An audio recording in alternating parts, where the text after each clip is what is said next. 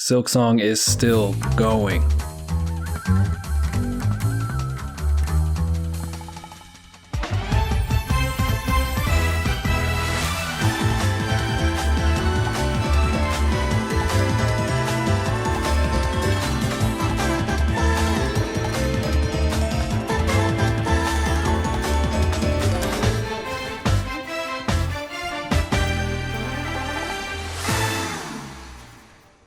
Just when you think the map can't possibly get any bigger in Silksong, you stumble upon a whole new area filled with even more secrets, tools, crests, and upgrades that you just don't want to miss. It can be stressful to try to find everything on your own, and you may not even know where to begin. In this video, I'm going to share the best secrets that I've found in Act 2 of Silksong, and give you some recommendations to help you decide on which area to explore next. As always, I'll try to keep this video spoiler free. No major story stuff or cutscenes will be shown, though we will see some NPCs, secret areas, and items that are found in the mid to late game.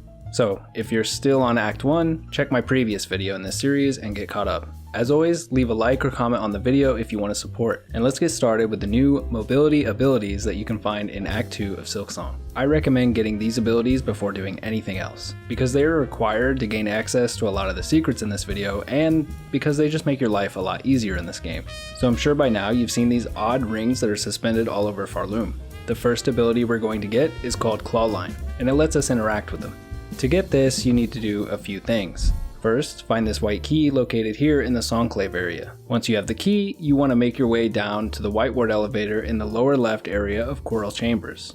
Explore the White Ward until you reach Underworks, and eventually you'll make your way to the Cauldron, where you can finally claim your new ability. Now that you have the Clawline, you can climb Mount Fae and secure your next mobility upgrade. We can get there from the slab. It's the prison that you end up at once you're captured by this walking Bloodborne reference found in Deep Docks. Make your way all the way to the top of this mountain to gain your new cloak upgrade. This unlocks your double jump. This makes platforming much easier from here on out, and now that you have it, you'll never want to go back. Okay, so now that we don't have to worry about getting filtered by mobility, we can go after some of the best tools that you can find in Act 2. Starting with one that should have been in my Act 1 video, the Flintstone. A Flintstone? Hey, yabba dabba, do yourself a favor and get the Flint Slate. The Flint Slate. Learn from my mistake and get this as early as you can. I like using it for boss fights to get some extra damage in, and it can definitely help early on before we get the permanent needle upgrades that I'll be showing later in this video. On to one of my favorites, the Magnetite dice. You can get these by winning 10 games of dice against Lumble here. These dice have up to a 10% chance of preventing damage when Hornet takes a hit, which doesn't sound crazy, but it can be a real lifesaver when it's absorbing double mass damage for you. In addition to this, if you're using the Wanderer Crest, it also increases your chance at critical hits. At least that's what the wiki says anyway, and since I've been using Wanderer Crest for most of the game, it's actually what I thought these dice did at first. If you're looking for something a little more hands-on, then you might want to try out the Delver's Drill. This gives you a downward thrusting attack that would make Link jealous. It's kind of limited and you'll probably only use it against certain enemies or bosses, but the damage is actually crazy on this one.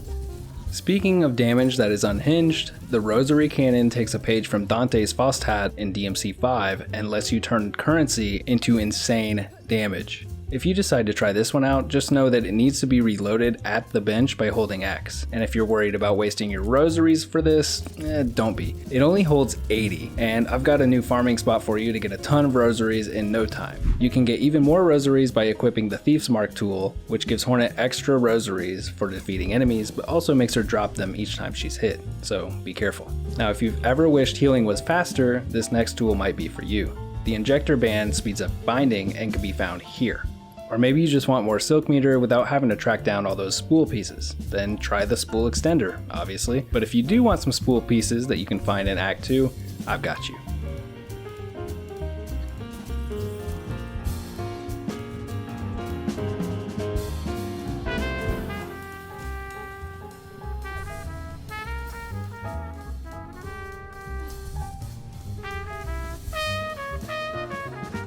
Okay, so I've saved the best tools for last, and for my money, these next three are some of the best in the entire game, and you don't want to miss them. First is the Cogfly. These are your own personal minions that can be summoned to do all the dirty work for you. They can hit all those hard to reach enemies, or chase down evasive bosses while you stay nice and safe in the corner and cheer them on. They do pretty good damage on their own, but you can also combine them with the poison from the pull-up pouch that we found in the Act 1 video and absolutely melt your enemies from afar. The poison is great because it adds extra hits to everything. This next tool is great because it adds hits to your jump. The Sawtooth Circlet gives Hornet's double jump a new attack animation that really helps tack on extra damage. I found this is especially helpful against flying enemies and certain bosses that require a lot of jumping, wink wink.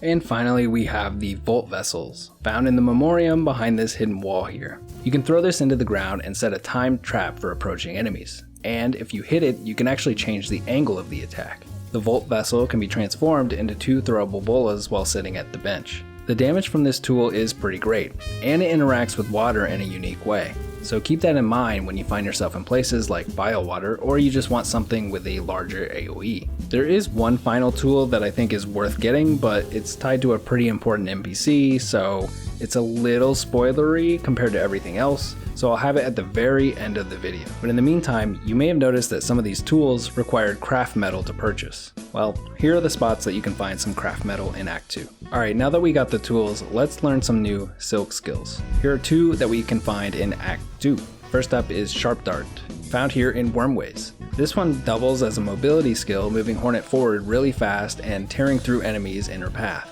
It wasn't my favorite to use, but it did feel good lining up a bunch of enemies and just letting it rip. The other silk skill that you can find in Act 2 is much flashier, and it's called Rune Rage. This one is powerful, covering much more range and damaging multiple enemies at once. It has a slower startup than your other skills, but the trade-off is a huge AoE with a ton of damage. It is gated behind a boss though, so good luck. If you're looking for something a little more consistent, there is a unique ability that you can learn in Act 2. Found here, the Needle Strike lets you charge your attacks like a Mega Buster. Unfortunately, this charged attack does not build silk on hit, so it's really best used as a strong opening attack or a big punish on enemies that have a lot of recovery. Also, each crest you have will have a different charged attack, so be sure to experiment. Speaking of crests, let's talk about, well, crests. In Act 2, you can find 2 new crests. First, the Architect.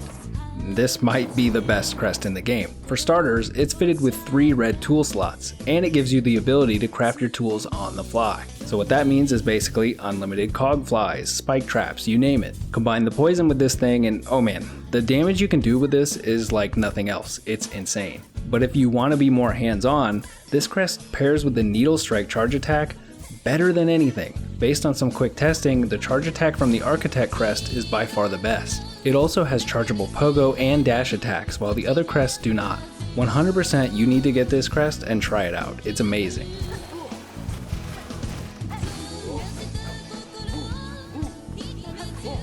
The next crest is really cool, but I'm not sure how good it is yet. Man, it looks cool. You can get the Witch Crest by completing 2 quests that are kinda linked. First, find the secret exit from Whispering Vaults into Biowater. Explore around here to find the Twisted Bud. Bring this to Greyroot in Shellwood to start the Infestation Operation questline.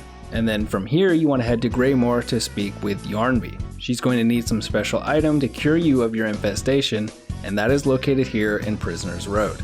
Make sure to bring some rosaries and you're good to go. Once this is done, you're ready to get your crest. Now just head back to Yarnby and enjoy. I should mention that there is a special ending if you beat the game while you're cursed or infected. And I think curing yourself locks you out of that ending for the playthrough, so just be aware of that. If anyone knows more about the endings and how they work, you could leave a comment, but be sure to give a spoiler warning first, please. I'm not trying to see that. Anyway, the Witch Crest is kind of weird. It has a unique heal, kind of like the Beast Crest does. You can steal life by hitting enemies with the tendrils that appear when you heal. The dash and pogo attacks have this flashy animation that hits twice, and your charge attack hits in front and behind you. So in short, I think Witch Crest has potential, but there is definitely easier crests to use. But then again, maybe it shouldn't be easy to look this cool. Okay, so now that we have all this cool stuff, let's get strong. One quest you absolutely want to do is this one here for the Pinmaster. Of course, this turns into a whole fetch quest where you have to hunt down ingredients to make a meal that you'll trade for the oil that the Pinmaster needs. But it's just something that you can chip away at while you collect all the other cool stuff we just talked about. Anyway, here are the locations of all the ingredients that you'll need.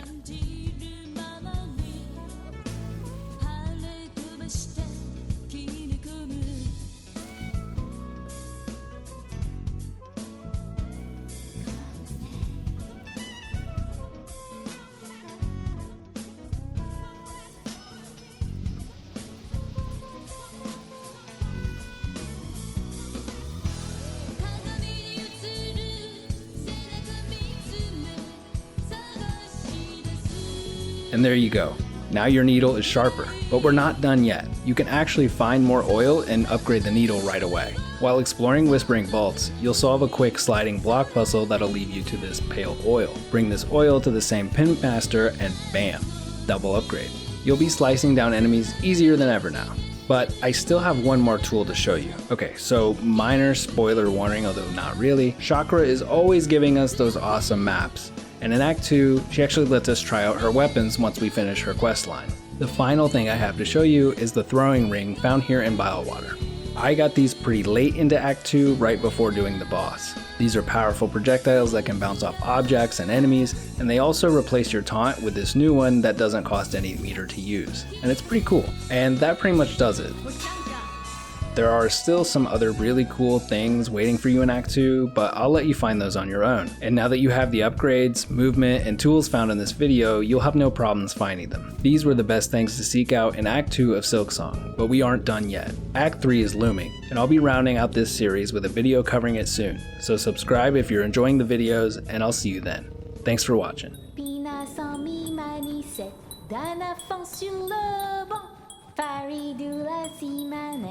Doni poina volinette, Pina sans mi manicette, d'un affant sur le banc.